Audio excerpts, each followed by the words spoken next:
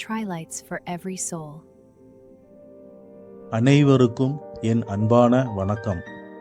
இன்று நாம் பார்க்க போவது திரு ஐயப்ப சுவாமிகளே வாய்மொழியாக அருளிய அறிவுரைகள் என்றால் நீங்கள் நம்புகிறீர்களா? ஆம், உண்மைதான். மனிதன் என்பவன் யார்? அவன் ஏன் பிறக்கிறான்? வாழ்க்கையின் இலக்குதான் என்ன?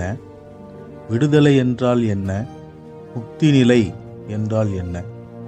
இந்த அனைத்து கேள்விகளுக்கும் திரு ஐயப்ப சுவாமிகள் சேனலிங் மூலமாக அருளிய நுண்ணிய விளக்கத்தை எளிமையாக இங்கே நாம் புரிந்து கொள்ளப் போகிறோம். முதலில் சேனலிங் என்றால் என்ன என்று நாம் பார்க்கலாம். சேனலிங் என்பது ஒரு சாதாரண அனுபவம் அல்ல. அது ஒரு உயர்ந்த உணர்வு நிலைகளுடன் இணையும் ஒரு ஆழமான ஆன்மீக அனுபவம். அந்த உயர்ந்த உணர்வு நிலைகளுடன் இணைந்து அதிலிருந்து வழிகாட்டுதல்கள், அறிவுரைகள், தகவல்கள் பெறும் அனுபவமே சேனலிங். இங்கே உயர்ந்த உணர்வு நிலைகள் என்று சொல்லப்படுவது என்ன?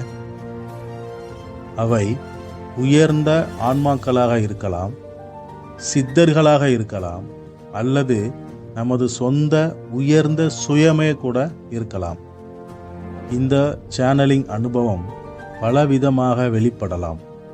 அது ஒரு திடீர் உள் உணர்வாக வரலாம். எந்த யோசனையும் இன்றி தானாக எழுதுதல், ஆட்டோமேட்டிக் ரைட்டிங்காக வரலாம். ஆழ்ந்த தியானத்தின் போது உள்ளக குரலாக கேட்கலாம், அல்லது கனவுகளின் மூலம் வெளிப்படலாம். உளவியல் என்ன சொல்கிறது? உளவியல் இதை ஆழ்மன செயல்பாடு என்று விளக்குகிறது.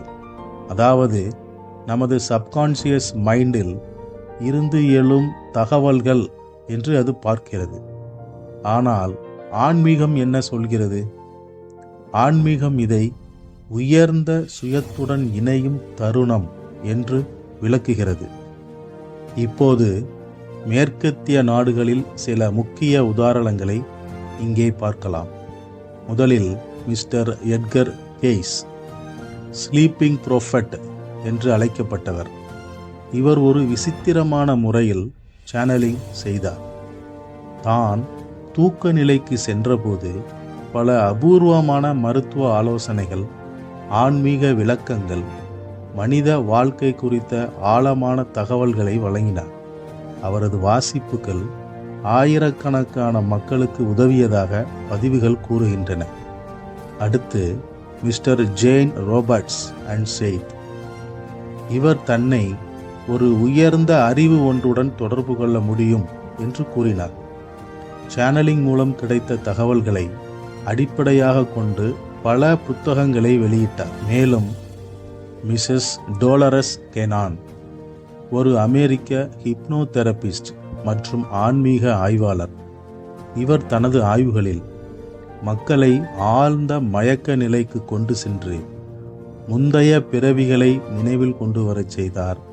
குழந்தை பருவ மனக்காயங்களை கண்டுபிடித்தார் மற்றும் உயர்ந்த அறிவு நிலைகளிலிருந்து தகவல்களை பெற்றார்.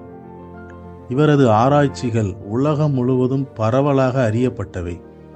இப்போது நாம் இந்தியாவை பார்க்கலாம்.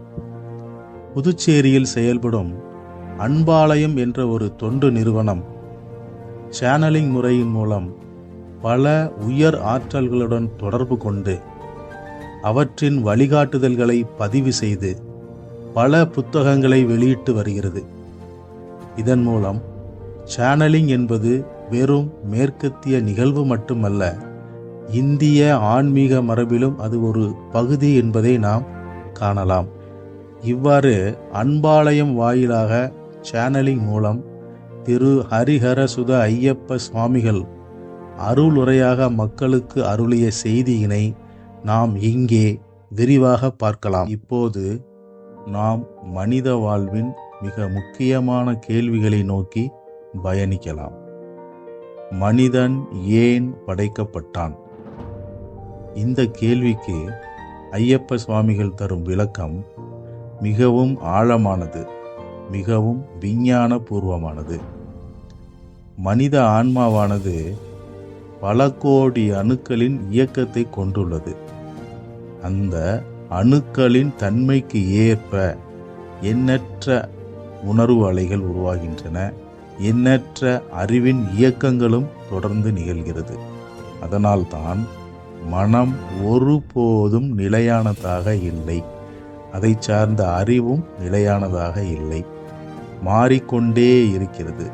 இந்த மாறிக்கொண்டே இருக்கும் பிரபஞ்ச இயக்கத்தை மனித அனுபவமாக உணர்வதற்காக இறைவன் மனிதனை படைத்தான்.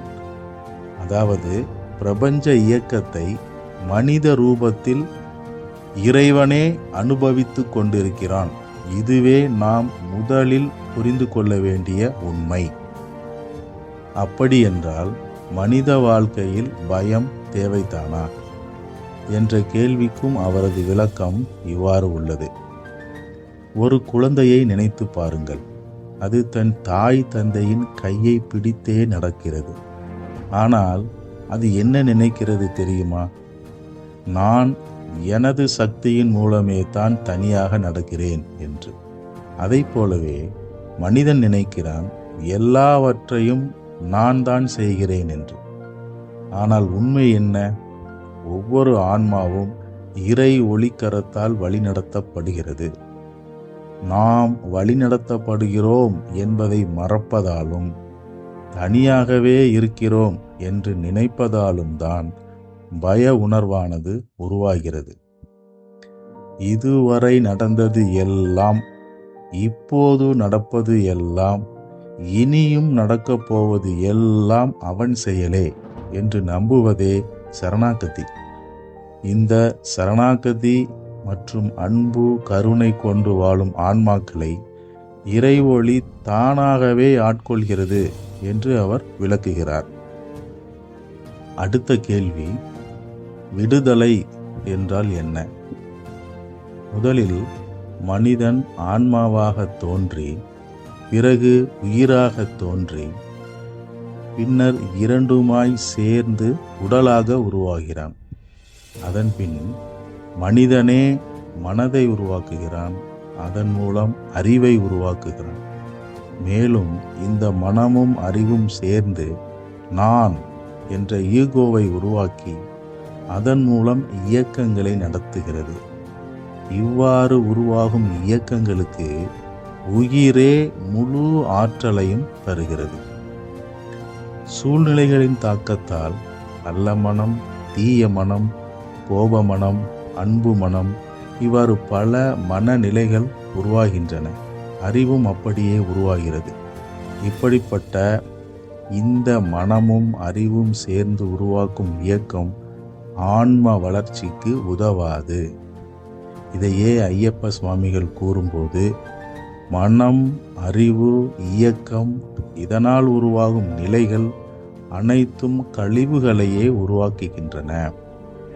அப்படியானால் விடுதலை என்றால் என்ன? மனம், அறிவு உருவாக்கும் இயக்கத்தை விட்டு விடுதல்.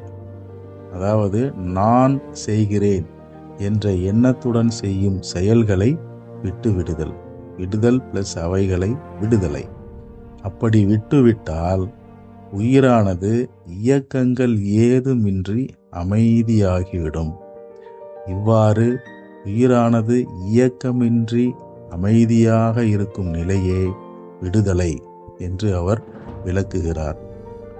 இப்போது அடுத்த கேள்வி, மனித வாழ்க்கையின் இலக்கு என்ன? இதை ஒரே வரியில் சொல்லப்போனால், உயிரானது ஆன்மாவுடன் இணைந்து ஒன்று கலந்திட வேண்டும். அதுவே மனித வாழ்க்கையின் இலக்கு. மேலோட்டமாக பார்க்கும்போது ஆன்மா, உயிர் இரண்டும் ஒன்றாகத்தானே இருக்கிறது என்று தோன்றலாம். ஆனால் உண்மை அவ்வாறு இல்லை. உயிரானது தனியாகவே இயங்கிக் கொண்டு இருக்கிறது. உயிர்தான் சக்தி. அதுதான் நமது மனம், அறிவு மற்றும் இயக்கம் ஆகியவற்றிற்கு ஆற்றல்களை தருகிறது. இந்த சக்தி அமைதியாகும் போது அது விடுதலை என்று நாம் ஏற்கனவே பார்த்தோம்.